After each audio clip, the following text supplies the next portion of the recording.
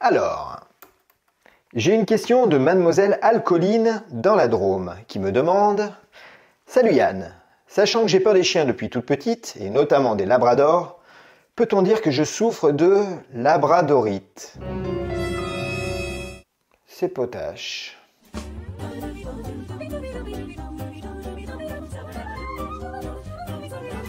Amis de la pierre et dur de la feuille, bonjour. Je suis toujours Yann ou Doc Lapierre et nous allons une nouvelle fois parler lithothérapie dans cette vidéo et notamment d'une pierre aussi belle qu'efficace, j'ai nommé la labradorite. Découverte au XVIIIe siècle, la labradorite tient tout simplement son nom de son premier lieu de découverte, la région canadienne du Labrador. Le peuple inuit estimait que la labradorite n'était ni plus ni moins qu'une pierre de feu issue des aurores boréales. Cette ancienne croyance viendrait d'une vieille légende inuite qui décrirait la découverte de cette pierre lunaire par un de ces illustres guerriers une nuit bercée d'étoiles, plus belles les unes que les autres. Selon cette même croyance, la labradorite serait donc composée de rayons d'aurore boréale renfermés dans sa roche. Je vois pas là. Dans certaines cultures, la labradorite représenterait la vie éternelle en enfermant l'âme des ancêtres partis trop tôt rejoindre les étoiles. Oh! Silicate appartenant au groupe des feldspaths, la pierre de labradorite est composée essentiellement d'aluminosilicate de sodium et de calcium. Elle contient également des traces de fer, d'eau et de potassium dans son ADN. Pierre lunaire, je vous renvoie pour tous ceux qui connaissent sur notre ancienne vidéo pour apprendre à différencier les pierres lunaires des pierres solaires.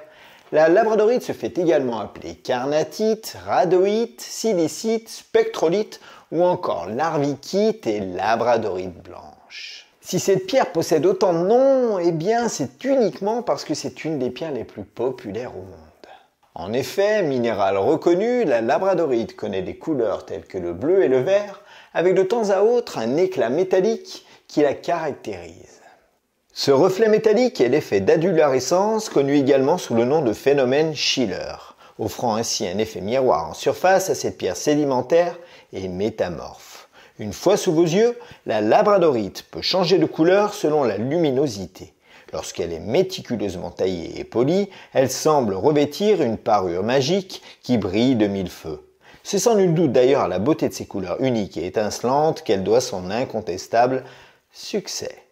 En lithothérapie, la labradorite est connue pour ses vertus de protection. Pierre souvent surnommée la pierre des guérisseurs, des soignants ou des personnes œuvrant dans le milieu social, elle est extrêmement protectrice en absorbant le négatif, mais aussi en étant un bouclier à part entière contre la tristesse ou la fatigue que les autres peuvent vous procurer. Si. Pierre d'aide psychologique, les gemmes de labradorite paraissent donc idéales pour tordre le cou à la tristesse et les idées sombres. Elles favorisent le calme intérieur, la relaxation mentale et le bien-être psychique en général. Si comme moi, vous êtes de nature hypersensible, surtout lorsque vous regardez Bambi, la labradorite pourra donc vous aider à mieux contrôler vos émotions.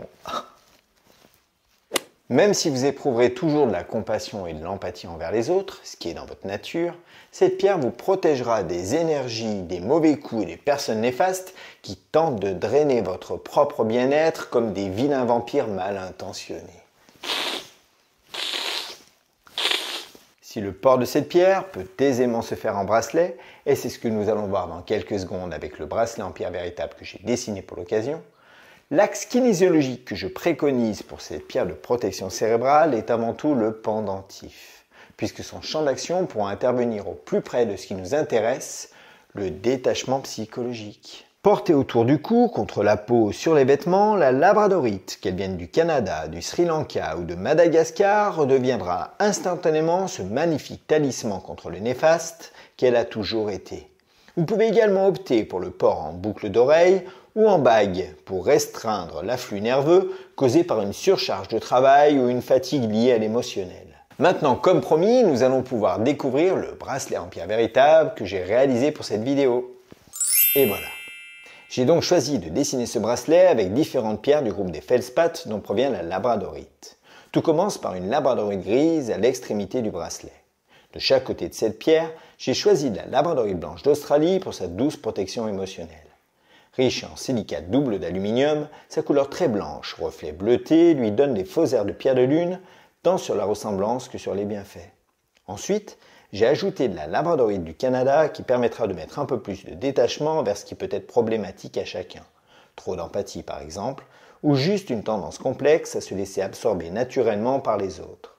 La finalité de ce bracelet va ensuite continuer avec de la larvikite provenant de Norvège. Cousine minérale de la labradorite, elle se distingue par son aspect beaucoup plus sombre dans ses couleurs. Plus apaisante que les deux autres pierres jusque-là, elle sera donc la plus protectrice. Et enfin, j'ai conclu ce bracelet avec une labradorite du Sri Lanka, sertie entre deux griffes de dragon en acier inoxydable. La couleur oscillant entre gris, vert et jaune de cette labradorite d'exception offrira un charme supplémentaire et une jolie symbolique de protection de soi. Les séparateurs utilisés entre chacune des pierres sont intégralement en acier inoxydable pour ne pas craindre des allergies. Pour tous ceux que cela intéresserait, vous avez désormais l'habitude, vous pouvez retrouver ce bracelet en pierre véritable sur notre site internet en cliquant dans le lien se trouvant dans le descriptif de cette vidéo. Voilà qui va donc conclure cette nouvelle vidéo sur la lithothérapie et cette magnifique pierre lunaire de labradorite. Vous pouvez, si vous le souhaitez, retrouver notre ancienne vidéo sur l'améthyste ou celle sur la purification des pierres afin de savoir comment entretenir votre labradorite. La prochaine fois, nous essaierons d'évoquer ensemble une pierre qui vous intéresse beaucoup, la vertueuse malachite. En attendant, j'espère que cette vidéo sur la labradorite vous aura plu et surtout n'hésitez pas à nous dire ce que vous en avez pensé. N'oubliez pas de liker et surtout de vous abonner à notre page si ce n'est pas encore fait. Et nous nous retrouvons très prochainement dans une future vidéo. En attendant, portez-vous bien, restez naturel et surtout, ne vous prenez pas trop au sérieux.